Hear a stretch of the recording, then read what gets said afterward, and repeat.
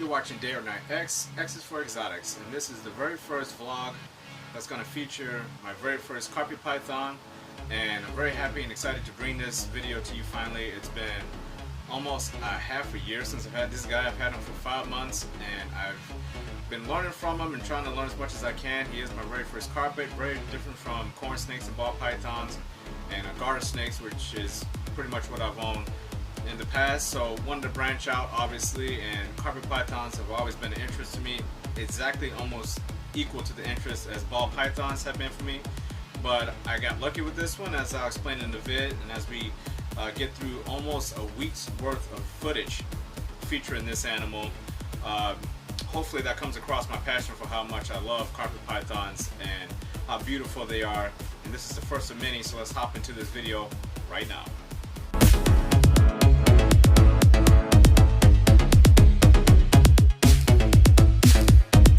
Anakin is a Bredli coastal cross carpet python male, as you know, 2015 from Star Pythons, and we're going to focus a little bit on his shedding right now. We'll talk about his enclosure setup. This is his quarantine tub. We'll talk about his enclosure in a moment.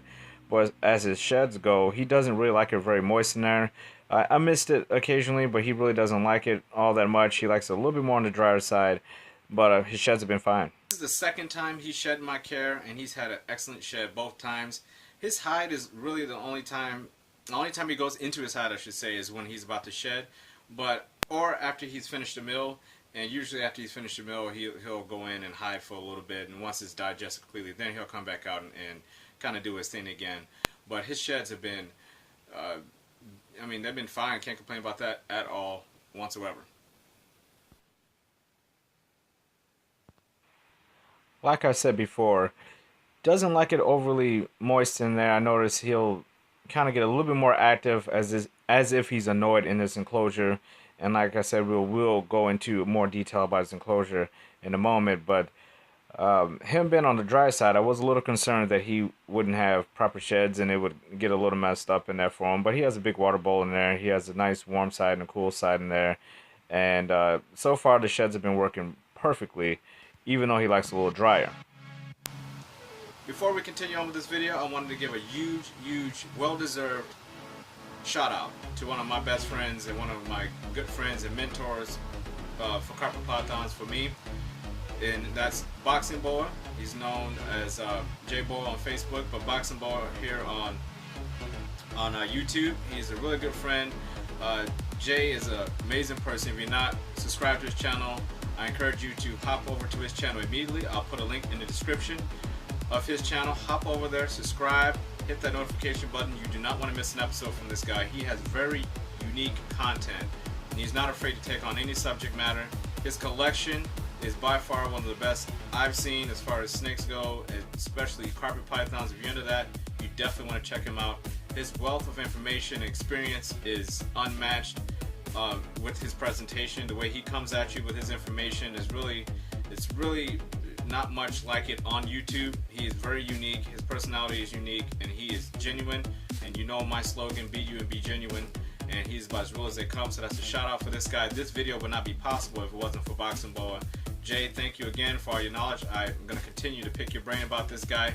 Let's hop back into the video. But first, jump over and check out Boxingboa and enjoy his channel, because it's well put together, and he is relentless when it comes to his information.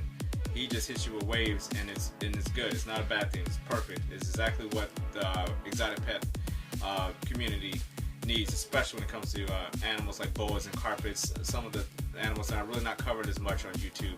So like I said, go check him out. Let's head back into the vid.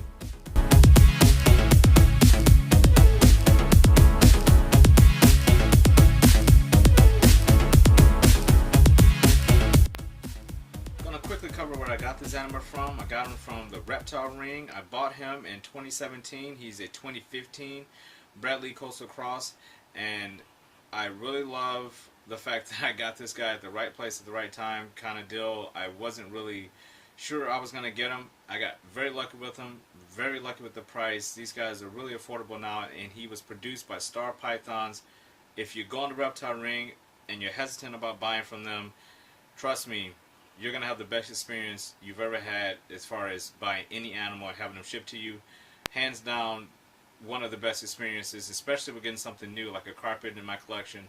One of the best experiences I've ever had ordering an animal online and an auction, even having that extra element of having an auction. Everything went perfectly, communication, everything.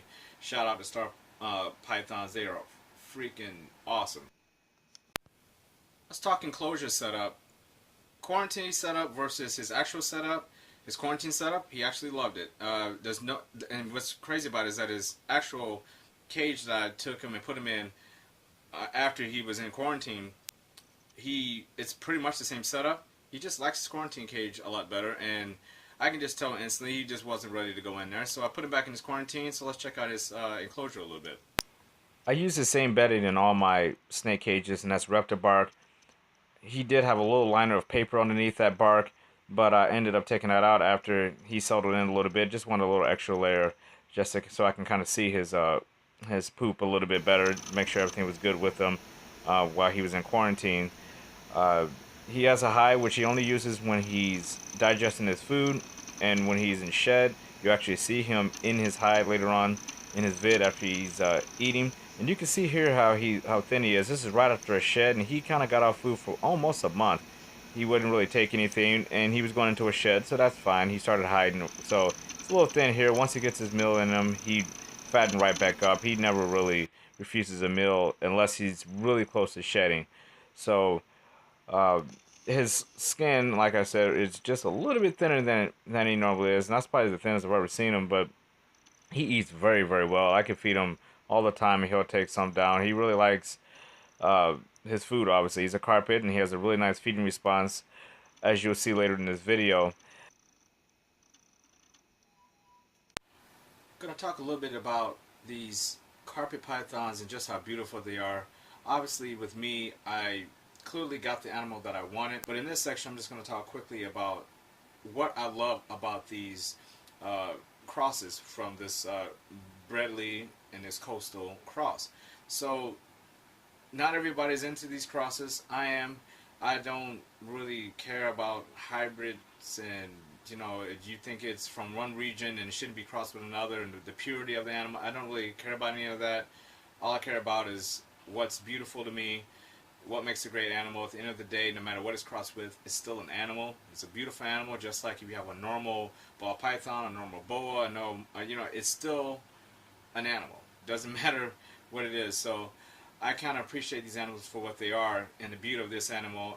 I don't even need to say anything. Just take a look at it. It's just a beautiful, beautiful animal. The coloration, the eyes, the way it moves, everything about carpets is amazing to me. They have so much going on, and like I said, I don't even need to say anything. The pictures and the views of this animal in its enclosure speaks for itself.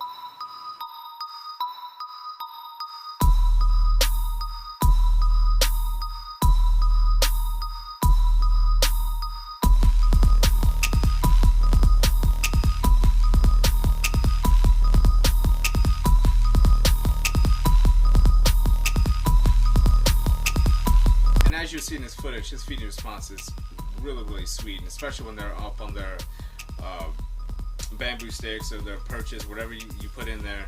They are really, really cool when they have a strike from an aerial attack, so to speak, versus a ball python, which is usually on the ground and striking upwards. The same with the corn snakes. It's a little different when you have a carpet python, and this is one of the reasons why I wanted to own one, because of attacks like this one. Enjoy.